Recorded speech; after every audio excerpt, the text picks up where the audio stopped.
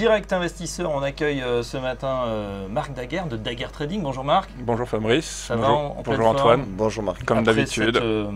Cette belle. Comme belle le CAC, hausse, moi. Le CAC, même le CAC a subi un petit dégagement quand même oui, en fin de séance. On va en parler. Vous êtes intéressé ce matin aux matières premières.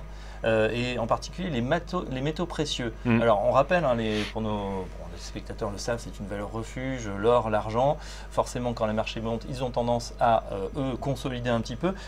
Quel est votre sentiment aujourd'hui sur l'or, sur l'argent? Quelles sont vos prochaines cibles, vos prochains objectifs? Alors Fabrice, il faut savoir que moi j'ai été déjà positionné sur l'or à la baisse depuis à peu près une dizaine de jours. Il faut aussi rappeler que, comme on en parlera tout à l'heure, la chute de l'euro n'est pas totalement décorrélée de ce qui peut se passer sur l'or notamment. Je pense que la tendance devrait rester à la baisse pour l'instant, tout comme je pense que la tendance sur les indices devrait malgré tout rester à la hausse pour le moment. Il est évident que cette tension permanente qui est de se dire quand est-ce que les marchés indices actions vont se retourner est toujours sous-jacente et qu'on arrive sur des niveaux effectivement de hausse assez importants, mais que ça soit le DAX ou même certains indices asiatiques comme le Nikkei, je ne vois pas du tout de signaux de retournement arriver. On va en parler dans un instant. Bien sûr. C'est vrai qu'aujourd'hui, du coup... donc tout ça pour revenir sur votre question, pour dire que effectivement, comme vous le disiez, étant toujours haussier sur les indices, je pense que les matières premières, dont les métaux précieux, doivent aller atteindre de nouveaux plus bas. Peut-être aujourd'hui, pour ceux qui ne sont pas rentrés comme moi sur l'or, attendre de voir ce que donne le rebond actuel, qui est un rebond technique qui me semble uniquement technique et qui est en parallèle à celui qu'on voit apparaître sur l'euro. Et si jamais ce rebond venait à faiblir à moindre signalement de faiblesse, c'est-à-dire petit retracement du rebond, voire nouveau retour sur le plus bas, là je pense que reprendre des positions baissières peut être intéressant. Justement sur l'or, on a fait lors de la séance de vendredi un nouveau plus bas de 4 mois à peu près sur l'or, puisqu'on est allé sous les 1170 dollars. On remonte très légèrement actuellement. Est-ce que vous pensez qu'on peut profiter du rebond pour justement pour rentrer à la vente sur l'or? Tout à fait, c'est ce que je ferais moi. Je pense que techniquement, il n'y a rien qui devrait permettre à l'or de rebondir vraiment aujourd'hui, enfin de rebondir, en tout cas de se retourner à la hausse. Il y a un overlap encore fort, un retour sur les précédents plus bas que vous avez tracé là me semble tout à fait possible, voire même un retour sur mon objectif qui tourne autour des 1100 dollars de l'once, qui me semble tout à fait envisageable. L'argent, même scénario? Oui, alors l'or et l'argent, c'est extrêmement rare d'avoir des scénarios différents sur ces deux métaux qui sont quand même très corrélés. L'argent ayant très souvent un petit temps de retard sur son grand frère. On voit justement que l'argent a moins baissé que l'or vendredi. Oui, il a moins baissé parce que quand il baisse moins, quand il monte un peu moins. Mais sur les tendances générales, ce sont deux métaux qui vont pratiquement tout le temps dans le même sens. On peut jouer l'un ou l'autre selon ce qu'on préfère, selon les points d'entrée, les produits qu'on trouve. Ok. On passe maintenant au pétrole. Oui. Le pétrole que vous suivez aussi, tendance évidemment long terme baissière maintenant, baisse très bien enclenchée et puis rebond depuis quelques semaines.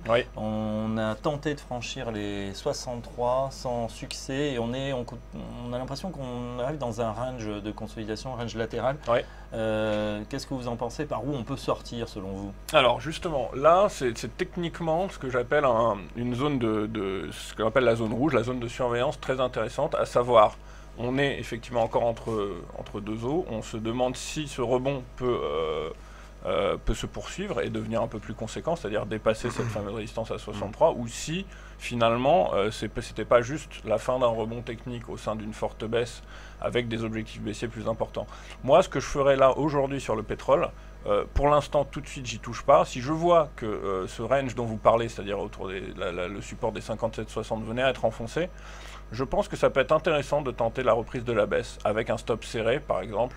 Imaginez quelqu'un qui vend sur les 57, sur le franchissement des 57,60 avec un stop à 54, il n'a pas grand chose à perdre. En revanche, s'il a raison, derrière, il va prendre un grand mouvement de baisse qui peut amener les cours, comme je le disais, autour des 35 dollars selon moi.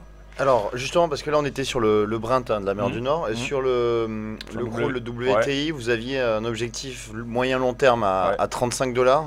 Là, on est depuis maintenant 2 mois quasiment aux alentours des 50. Ouais. Est-ce que vous pensez donc qu'on peut atteindre Tout à toujours fait. Et là, comme niveau. vous l'avez montré sur le dernier graphique, il y a une vraie faiblesse du rebond là qu'on voit. Et si vous regardiez juste le graphique, ça rappelle quoi? Je parle d'un point de vue graphique. Hein. C'est exactement les cours de l'euro-dollar il y a une semaine, avec cette espèce de petit range qui faiblit de plus en plus, avec des rebonds de moins en moins forts, qui ont fini par céder avec une franche cassure à la baisse. Moi, je pense que c'est ce qui va se passer. D'accord. Très bien, donc le pétrole, hein, plutôt baissier, on surveille la zone des 57,60 en tout cas sur le Brent pour pouvoir aller viser un peu plus bas. Parlons maintenant justement de l'euro-dollar, on l'a abordé à l'instant. L'euro-dollar, donc faiblesse historique de l'euro, on n'avait pas vu ça depuis 11 ans, ça peut continuer, ça commence même à inquiéter si on allait au-dessous de la parité 1 euro-dollar. Mais pour l'instant, on en est encore un petit peu loin. Que pensez-vous là de l'euro-dollar? Quel est votre prochain objectif, en tout cas pour cette semaine? Alors techniquement encore, puisque ça reste ma discipline, moi je reste baissier sur un graphique comme ça, très clairement. Pourquoi? Essentiellement parce que je ne vois absolument pas de configuration de rebond possible là sur ces niveaux, que la structure de la baisse amène à techniquement avoir de nouveaux plus bas, et que les vrais supports de long terme qu'on a, et les objectifs qu'on avait nous, c'était autour des 1,05, 1,06. Voilà, donc là, je maintiens cette optique-là. Une fois qu'on sera sur ces niveaux, la question se pose. Il faut savoir aussi plusieurs choses. Là, il y a eu les chiffres aux États-Unis du chômage ont été bons. Alors, on se dit pourquoi est-ce que les chiffres sont bons et les marchés baissent? Tout simplement parce que du coup, ça relance l'idée d'une hausse des taux de la Fed.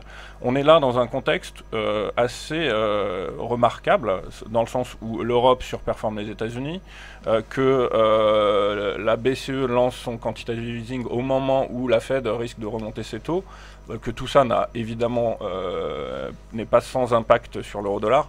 Donc je pense qu'il faut continuer à naviguer avec prudence, c'est-à-dire coup par coup, en mettant ses balises. Moi, là, je suis, parce que j'avais pris une position baissière sur l'euro-dollar, et je la maintiens. Pour rappel, vous aviez un objectif de 1,06. Entre 1,05 et 1,06. Entre 1,05 et 1,06, on est à 1,0880, donc je maintiens. Plus très loin de votre objectif. Plus très loin, mais bon, on n'est pas encore tout proche non plus. Mais on est plus très loin. On est plus très loin, enfin on n'est plus qu'à 200 pips, donc ça pourrait accélérer. Ah oui, on peut y arriver très vite.